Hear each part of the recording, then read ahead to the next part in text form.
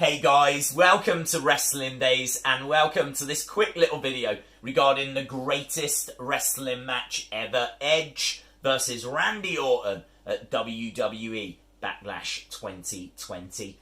There was a technical botch, I think there might have been a few, but on my second viewing of this match, this really stood out, and I think also it really kind of hammers home that there's a lot of trickery that's gone on in this match. For example, there's a draping DDT where you can see there's no camera people around, but the very next shot is a close-up of Edge's face, which must have been like edited in after. It's also very clear that the crowd noises have been influenced and enhanced. There were some big reactions from what seemed to be quite a small crowd. I mean, they were trying. There were some great reactions. And I've got to say, the moments where they kind of cut to the Performance Center recruits towards the end of this match, where they're freaking out, that was really good. That really added to the match. There's some really good reactions in there towards the end of this thing. But let's have a look at this technical botch, shall we? You can see it right here. So you can hear in the background that Samoa Joe is talking. This is towards the end of the match, and clearly you can see Samoa Joe not talking on commentary. But that body is a very, very different proposition. Now, I haven't changed anything there. That is the audio that plays at the time, but they cut to a camera angle that clearly shows you Samoa Joe just sat there. So I know a lot of people are full of praise for Samoa Joe's commentary. It was awesome.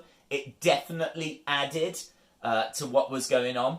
But, you know, parts of the commentary, if not the majority of the commentary, could have been done after this match. It may not have been called at the same time.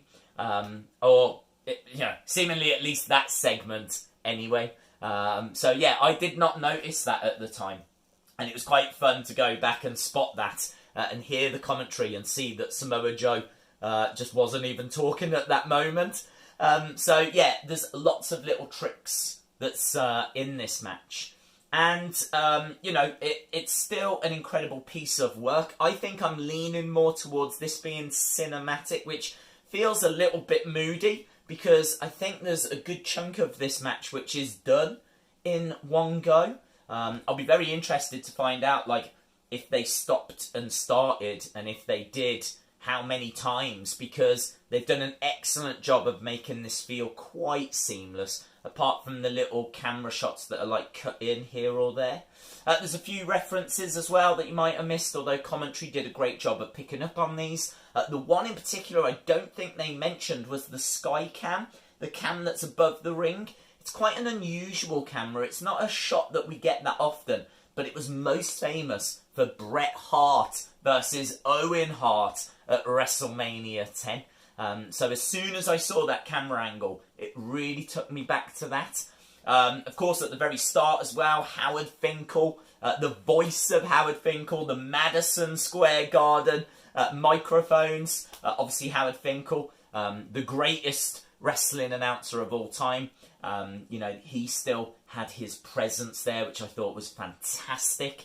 I wish they hadn't have played Panic at the Disco's "This Is the Greatest Show" underneath his announcing, though. It kind of felt like that ruined it in a way. It didn't need that as a backing track. It just needed his voice. So, yes, that was awesome. The moment in the match where Randy looks up at the heavens and then starts to do Three Amigos, that's amazing. The fact that Randy obviously has got a great relationship and history with Triple H. He hits a pedigree. Only gets a 2 count from it. But Edge actually comes back with a rock bottom. Because The Rock and Triple H are obviously great rivals. So if you're going to hit me with a pedigree, I'm going to hit you with a rock bottom. Edge even tries to go for the sharpshooter, tries to get in that, but wasn't able to.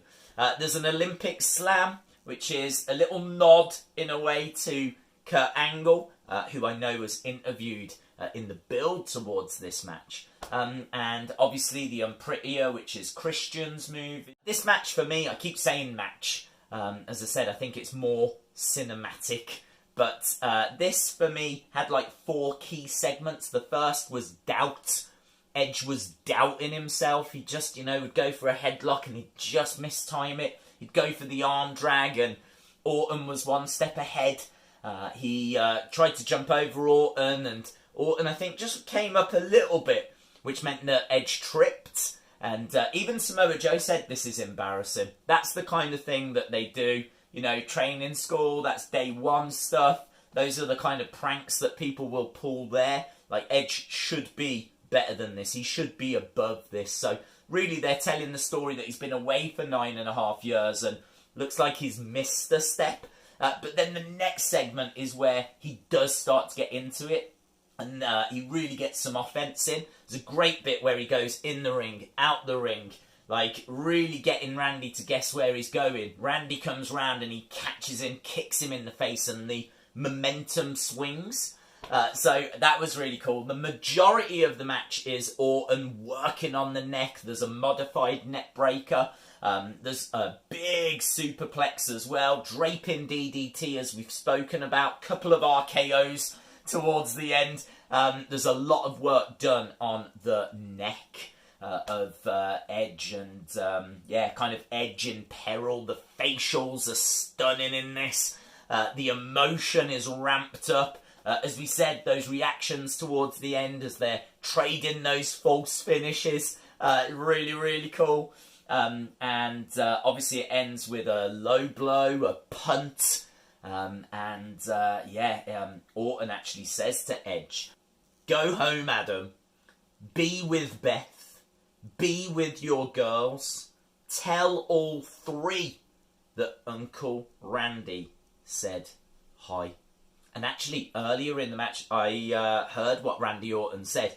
He said, I wrote this down and I can't believe he said it. I had to go back and double check this a couple of times, because this isn't the kind of thing that you actually hear wrestlers saying when there's a match that's underway. But he actually turned around to him and he says, "I'm going to effing," and he does say the word, "kill you, mother effer." That's what he actually whispers to him in that moment when he's on the commentary table. "I'm going to effing kill you, you mother effer." There's chops in here as well, like tribute to Flair Steamboat. Even Byron Saxton says that drop kick that Orton does looks very Steamboat-esque. So this is WWE's attempt at using every trick in the book to see if they can create the greatest wrestling match ever. And I gotta tell you, as a piece of entertainment, it is brilliant. It is brilliant. It's not the greatest match ever, because I'm not sure it's a match, but I don't think that's going to stop people from still putting it high on their lists at the end of the year. But when it comes to cinematic things, if we're saying this is a cinematic match, this is the best we've seen so far. Ever. So it's stunning. It's a stunning match. If you've not seen it, check it out. It's the main event of Backlash. And of course, the news coming through that during the match, Edge had torn his triceps. And that was reported by Fightful. PW Insider looks like he's going to be out for 6 to 8 months. So, it looks like we won't be seeing Edge again in 2020. When he comes back, it'll be 2021. A nice Rumble appearance again would be awesome. But did wonder at the end if this was his retirement. Did wonder if this was him saying goodbye, because he's going to struggle to top this, in all fairness. And kind of felt like a great way to go. If this had been in front of fans, in some kind of arena or stadium even, if this was what they did at WrestleMania or something, this would have been stunning. But of course, had this have been at WrestleMania, they couldn't have done... I don't know if they could have done this. I don't know how much this match has been messed with. So, there we go. Let me know your thoughts down in the comments below. Did you enjoy it? Did you not enjoy it? Do you consider it a match? Do you think that it's one of the best things you've ever seen? I think to casual fans, they will leave this thinking, yes, this could just be the greatest wrestling match I've ever seen. So, well done WWE, well done Edge, well done Orton, well done everyone. Awesome guys, thanks a lot for watching, and hopefully I'll see you again next time. Bye for now.